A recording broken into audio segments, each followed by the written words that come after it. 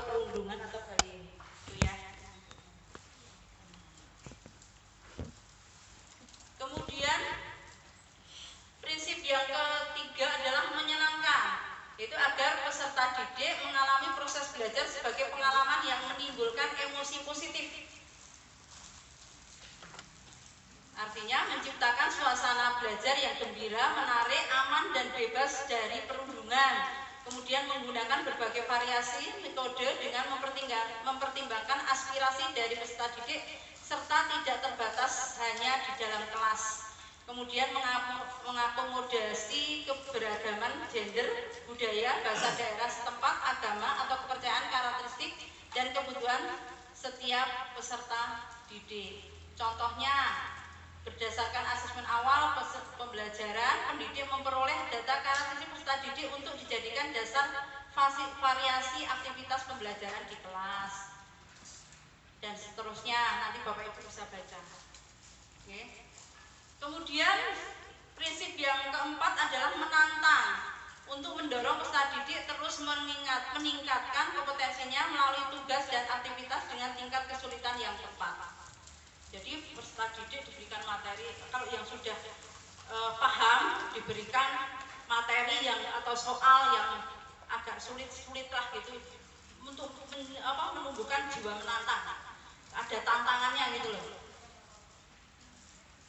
Misalnya membahas kasus-kasus yang baru misalnya. Sekarang kasusnya yang baru apa?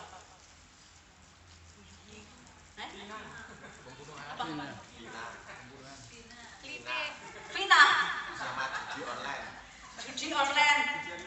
judi online kalau dikaitkan dengan apa? Finansial. Tapi negatif itu.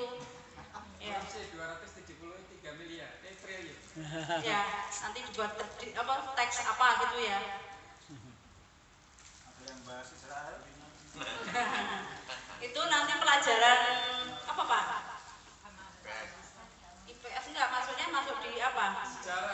Sejarah, bukan kejadiannya sekarang ke sejarah. Sosiologi ya, sosiologi. Yang sekarang. Terus yang berikutnya adalah memotivasi peserta didik untuk berpartisipasi aktif, yaitu membangun suasana belajar yang memberikan kesempatan kepada peserta didik untuk berani mengemukakan pendapat dan bereksperimen. Kemudian melibatkan peserta didik dalam menyusun rencana belajar, menetapkan target individu dan atau kelompok dan turut memonitor pencapaian hasil belajar. Misalnya peserta didik kan sering mengajak peserta didik untuk outing kelas enggak Bapak Ibu? Ya. Outing kelas kemana yang pernah dilakukan? Keraton, museum. Ya. Ya, pokoknya. Terus kemudian apa? Peserta didik setelah outing kelas suruh ngapain Bapak Ibu? Membuat laporan. Terus membuat laporan presentasikan. Nah, itu kan memotivasi peserta didik untuk berpartisipasi aktif. Misalnya ada kegiatan apa lagi? Di kegiatan biasanya kegiatan pemberdayaan dan keterampilan itu yang cocok ya. Kita bawa ke tempat gerabah membuat itu gambar di Kasongan terus. Oh iya. Terus nanti dipraktekkan di PKBM. Di sana dipraktekkan. Terus di PKBM nanti dicetak dibawa ke setelah jadi prakteknya di sana karena kan adanya bahannya di sana. Oke. Kan kalau nanti itu kan menjadi keterampilan nanti bisa menjadi apa? Untuk mengisi di struktur kurikulumnya adalah pemberdayaan dan keterampilan yang berbasis profil pelajar Pancasila. Bu, sedikit Bu. Monggo. Saya tadi tercentung ada perundungan kan.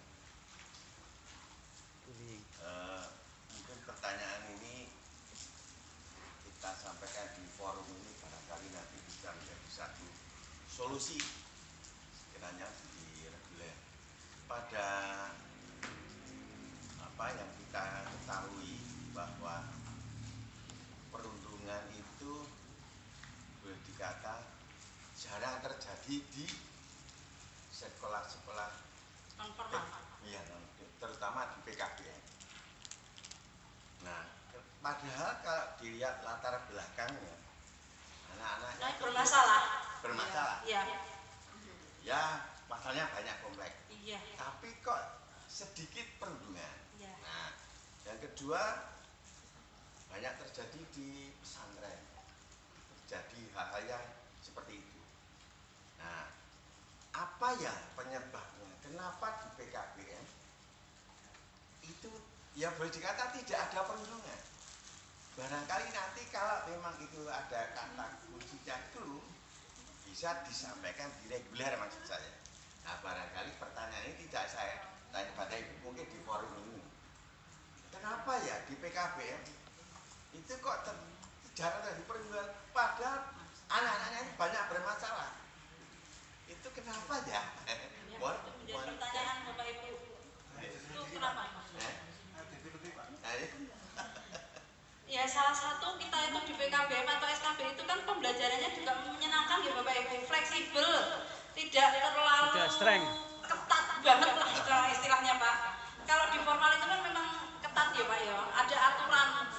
Nah, ya kita tuh ada aturan, tapi kita tuh memberi keleluasaan, tapi yo ada aturannya, tapi orang ketat-ketat banget. Apa terlalu merdeka banget ya? Sebetulnya sama-sama merdeka. Ya itu menjadi pertanyaan kita nih Bapak Ibu ya. Kalau di PKBM SKB kenapa kok bullying perundungan itu enggak ada, tetapi ya jarang. Karena umurnya juga mungkin beda Bu. Ya. Orang bullying itu mungkin biasanya seumur sebaya. Iya. Sama-sama SMP, sama-sama SMA kan bersaing mungkin ya. Seusia Bapak Ibu. Nah, kadang saingan tuh Bapak Ibu di formal itu. Rebutan pacar. Caper. Nah, itulah. Kalau di formal itu usianya kan sama atau Bapak Ibu. Itu juga mungkin merupakan salah satu sebab. Terus mungkin Mary. Nah, Mary itu kan bisa Pak, Bapak Ibu. Ya. Kalau kita tuh kan usianya kan ada yang tua banget, ada yang Enggak ada yang diireni. Enggak ada yang diireni, enggak ada. Iya, enggak ada diireni. Kadang-kadang Malah saling membantu. Tapi loh Pak, Yeah. PKBM yang mohon maaf, yang siswanya banyak itu usianya sebaya. Mungkin kalau PKBM yang seperti tempat saya yang ya kembang kempis kita itu usianya bisa memang rate-nya bisa ada yang tua, ada yang muda, tapi mau yang PKBM yang muridnya banyak saat kayak sekolah. kita kan pembelajarannya orang dewasa Bapak Ibu. Ya itu salah satunya juga itu. Terus kita itu kan fleksibel tuh Bapak Ibu. Fleksibel itu jelas itu di pendidikan non formal itu fleksibel. Fleksibel itu juga tidak tiap hari gitu ya. Iya. Terus iya fokusnya beda. Kalau di non formal dan formal itu fokusnya udah beda. Terus usia setara itu juga ya. Seusia itu juga salah satu mungkin ya. Mungkin loh saya juga enggak. Kalau saya sendiri itu mungkin ya. Timbul kadang-kadang kan perundungan itu juga karena iri loh Bapak Ibu. Iya, iri. Saingan ya. Saingan gitu. Kalau kita kayaknya di non formal nggak pernah ada yang saingan. Ya. Itu salah satu aja. Kita itu bisa menjadi bahan penelitian sebetulnya. Kenapa kalau di non formal jarang terjadi perundungan? Bisa jadi penelitian. Monggo silakan yang mau penelitian. Monggo silakan kalau mau jadikan penelitian. Ya. Nah, yang berikutnya adalah memberikan ruang yang cukup bagi prakarsa, kreativitas, kemandirian sesuai dengan bakat, minat, perkembangan fisik serta psikologis peserta didik. Inilah nanti ini menjadi pembelajaran yang terdiferensiasi sebetulnya Bapak Ibu. Oke. Contohnya itu banyak sekali contoh pelaksanaannya. Nanti saya share ya. Nah, sekarang prinsip asesmen. Prinsip asesmen yang pertama itu adalah penilaian hasil belajar peserta didik dilakukan sesuai dengan tujuan penilaian secara berkeadilan. Pendidik melakukan penilaian yang tidak bias oleh latar belakang, identitas atau kebutuhan khusus peserta didik. Ya. Contoh pelaksanaannya bagaimana? penilaian tidak terpengaruh oleh latar belakang pendidik dan identitas apapun, namun bagi peserta didik yang memiliki kebutuhan khusus perlu diakomodasi sesuai kebutuhan khusus. Instrumen rubrik atau cara penilaian dapat disesuaikan.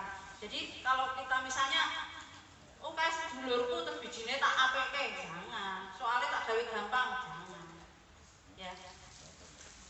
Harus berkeadilan, harus sama, merata, jangan sampai bias.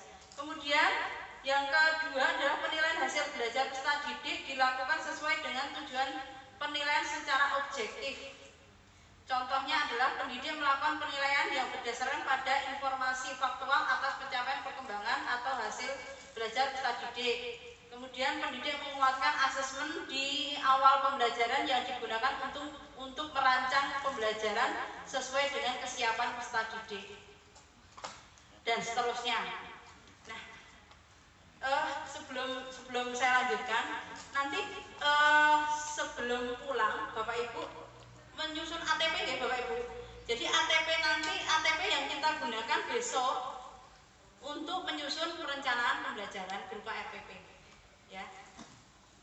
Kalau Bapak Ibu sudah punya, tinggal perbaiki aja sesuaikan dengan keputusan Kepala BSKAP nomor 032, itu disesuaikan. Kemudian prinsip yang ketiga, penilaian hasil belajar peserta didik dilakukan sesuai dengan tujuan penilaian secara edukatif. Contoh pelaksanaannya adalah pendidik melakukan penilaian yang hasilnya digunakan sebagai umpan balik bagi pendidik, peserta didik, dan orang tua untuk meningkatkan proses pembelajaran dan hasil belajar. Kemudian pendidik merencanakan pembelajaran dengan merujuk pada tujuan yang hendak dicapai dan memberikan umpan balik agar peserta didik dapat menentukan langkah untuk perbaikan ke depannya. Ini adalah merupakan asesmen formatif ya, proses. Kemudian pendidik melibatkan peserta didik dalam melakukan asesmen melalui penilaian diri, penilaian antar teman, refleksi diri, dan pemberian umpan balik antar teman. Akan tetapi pendidik tetap harus memberikan rambu-rambu seperti peserta didik harus memahami kriteria asesmen dilakukan saat asesmen formatif, dan pendidik tetap perlu melakukan kurasi terhadap penilaian peserta didik. Jadi kalau penilaian antar peserta didik jangan mentah-mentah langsung digunakan, tapi harus kita kurasi, harus kita kita teliti, benar-benar harus kita kurasi apakah itu benar atau tidak.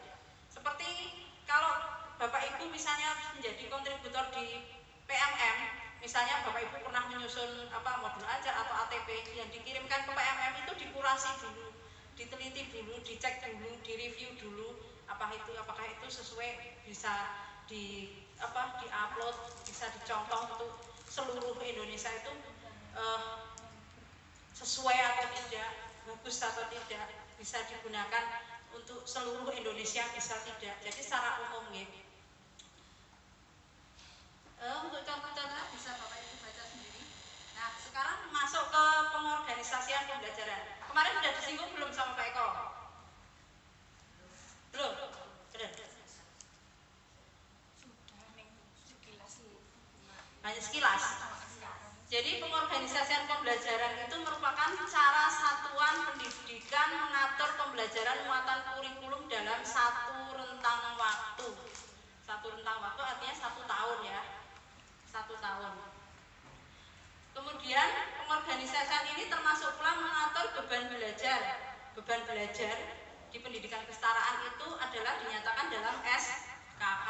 Apa SKK? Satuan Kredit Kompetensi. Dalam struktur kurikulum, muatan mata pelajaran dan area belajar, pengaturan waktu belajar serta proses pembelajaran. Struktur kurikulum adalah pola dan susunan mata pelajaran yang harus ditempuh oleh peserta didik pada satuan pendidikan dalam kegiatan pembelajaran dan merupakan aplikasi dari konsep pengorganisasian konten dan beban belajar. Dalam kurikulum